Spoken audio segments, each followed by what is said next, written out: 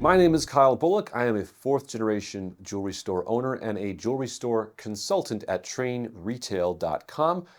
I'm going to talk to you today about 5 things that I think jewelry stores, fine jewelry stores, should be ditching in 2025. And if I was going to start a jewelry store tomorrow, I would absolutely get rid of these 5 things in my store. Here they are. Number 1, I would get rid of engraving and watch batteries. Absolutely. Now, to be fair, in my jewelry store, we do still change watch batteries, but we've completely changed the process on how we change watch batteries. The reason I would ditch batteries for watches and engraving is for 2 big reasons. Number 1, they are high traffic generators, which in and of themselves is not a bad thing, but they often have low profit margins, and number 2, they often have very low ticket averages. And because of this, we're just getting a lot of people through the door who aren't really purchasing jewelry. A lot of people like to tell me that their watch batteries and their engraving is a loss leader to get more people through the door so that they can sell them jewelry. To which I would say, sure, that's only acceptable if 3 out of every 10 battery customers or engraving customers are buying fine jewelry products off of your cases.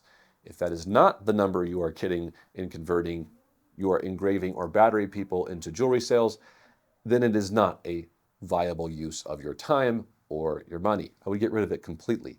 We're not here to service watches. We're not here to do engraving. We're here to sell jewelry.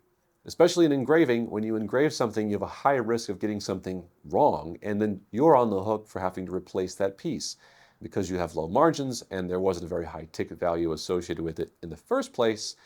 This puts you on the hook to take care of your customers' goods, and it might be very, very costly to fix something if you make a mistake. And for watch batteries, they're becoming a thing of the past anyways, because a lot of people aren't wearing watches. But when you do have to get them, they take a lot of time to service, to open, to clean, to take care of, put O-rings in, get them back to the customer, and charge your $20 or $25 to do it. It's time consuming and it takes you and your sales team away from selling customers on the sales floor. I would just simply outright ditch these 2 things from a jewelry store in 2025, or at the very least, completely rethink how you're taking watch batteries in like we did in our store. Which leads me to number 2. I would also ditch watches. Watches are becoming a thing of the past. Their place in jewelry store is because they're still viable for a fashion accessory. People still like wearing them because they go with the things that they're wearing. But let's be honest, most people are wearing smartwatches, if anything at all, and the nice watches that they're wearing might be a status symbol, something like a Rolex, a Tag, a Cartier, something along those lines, which, while we're talking about those big lines, they come with very, very little profit margin. And frankly, you can buy any of those brands that I've talked to you about just now online for a very, very small margin above wholesale, if any. People are selling some of those things at or even below wholesale online, which means that those product categories are very, very shoppable. It's easy to go online and find a certified pre-owned Rolex that has already been serviced and often at lower margins than you would sell them for. Plus, if someone's going to come into a jewelry store to spend $10,000 or even $20,000 on a fine watch like a Rolex or a Cartier, then they could also spend $10,000 or $20,000 on a fine piece of jewelry. And in the contest, I would much rather to sell them the fine piece of jewelry. And if I lose the watch sale that had little to no margin in it anyways, to the internet, well, fine. There was no profit in it for me anyways, and they weren't interested in a fine piece of jewelry, so they weren't a customer for me to sell to in the first place.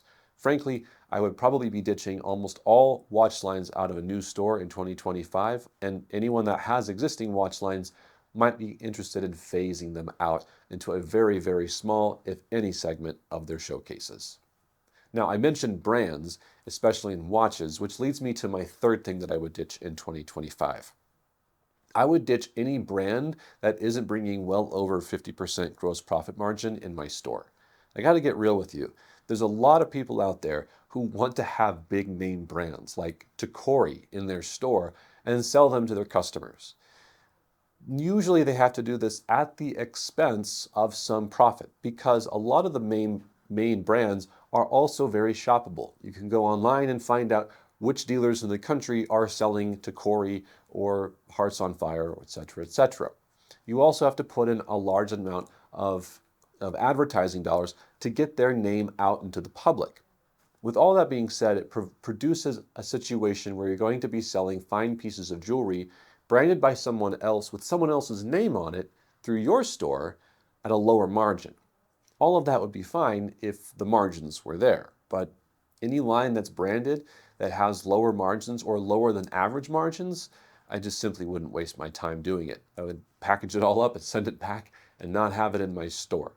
I would much rather have a jewelry store where my company is the brand and our reputation is what's being sold. And the vendors that I work with allow me to have a strong profit margin while also being a partner with me and making sure that we're selling quality pieces to people at really good prices and really great values. Something that we can service and stand behind. And frankly, there are so many vendors right now who will do that having a name brand in my store just doesn't seem like it's worth the cost of having lower margins as a result. So if you have a branded name in your store, I'd be very hard on the margins to say if the profit margins aren't there, especially below average, I would ditch it altogether in 2025. The third line that I would also ditch in 2025 is any low-end silver lines. Now, I'm not going to say to get rid of silver completely. There are certainly circumstances where it might make sense to have silver in your store. I'm talking about low-end silver. There was a run years ago where a lot of companies were sending out tons of jewelry made in silver and CZs, and it wasn't super well made. It was fun, fashion, maybe cost $100 or less, and it wouldn't hold up for a very long time. And yeah, you could get a good margin on it, but your average ticket was very, very low. Over time, we found that these particular vendors didn't do a lot to add a lot of profit to that jewelry store. And in fact, it took away from the sale of fine diamond and gold pieces where someone might have gone in and spent $500 or $600 on a pair of earrings. They just went with the $75 pair of silver earrings over here, and we lost a lot of profit as a result. So today, in 2025, I wouldn't have those lines in my store for a couple reasons. One, obviously, they can steal sales away from pieces of jewelry that we would more happily stand behind in service, like gold or even higher end pieces of silver with diamonds in them. Also, it lowers the average retail ticket to a point where it's almost just not worth selling it, because by the time you've sold that $100 piece of jewelry with the margins you're getting for it, wrapped it, serviced it, given the customer the receipt, it's a lost leader. If I could just get rid of all those silver lines completely, and if I was going to keep silver in my store, I would only keep higher end or nicer pieces of silver with really good quality that's going to have diamonds in them, and it's something that I don't mind having my name behind while still getting decent margins on those products as a result. The last thing I would say to get rid of in 2025 in a jewelry store is intimidating diamond presentations. Those are such a thing of the past to me. I don't want to have an intimidating diamond presentation anywhere near me anymore. And what does that mean? Well, for a long time, we set up stores where there was a room off to the side where we brought you over and we sat you, the customer, down and had this really nice heart-to-heart conversation about the 4 C's and things like the GIA and AGS and IGI. And here's this information about this diamond and its pedigree and da-da-da-da-da-da. And we had all these lab reports and instruments. Who cares? I can tell you who doesn't care: the customer. Frankly, customers are getting really good research online. Most of them who want education are getting it before they come into your store. Now, whether or not it's good education or even valid education is another thing altogether. But the point is, they're getting that information in forms and in places where they feel most comfortable. Maybe laying in bed on their phone, looking at the information wherever they can find it, maybe on your website. So when they come into your store, having an intimidating diamond presentation with lab equipment and papers that are laminated, it just takes the romance completely out of it. Please don't forget, jewelry is a fashion business and a romance business.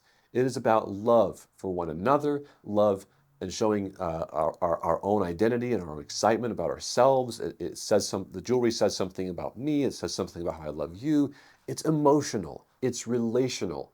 And the more scientific and heady and intimidating that we make that process, it takes all the fun and sexy out of the industry. And nobody, not the customer, not your employees, not even yourself, I don't think really want that.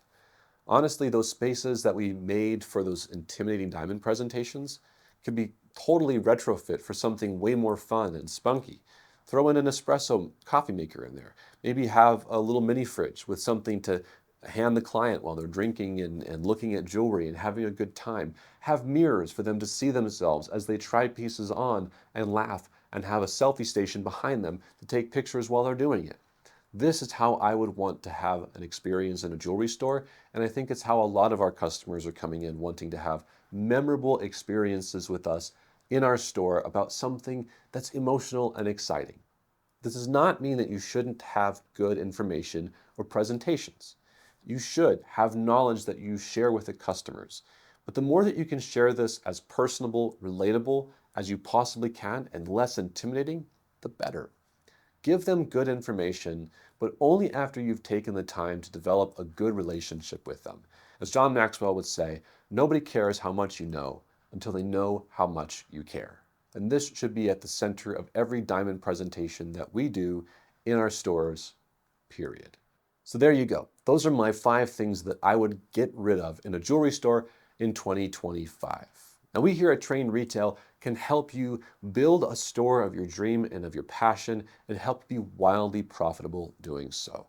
We want to help you be excellent, do it with integrity, and do it with great relationships, both with your staff and with your customers. So we offer a holistic service to do that, a one-on-one consulting service where we help you gain more profit and help you have more fun loving people the way that only you know how to in your area by developing an exciting jewelry store that has your fingerprints and blueprints all over it. If you have any questions on how we can help you, you can visit us at trainretail.com or you can email me directly, kyle@trainretail.com. We are here to help you. Good luck out there, and we'll see you next time. Oh, and before you go, please hit like on this video and subscribe to our channel so that you can get more great information about how you can grow your jewelry store and your business through trainretail.com.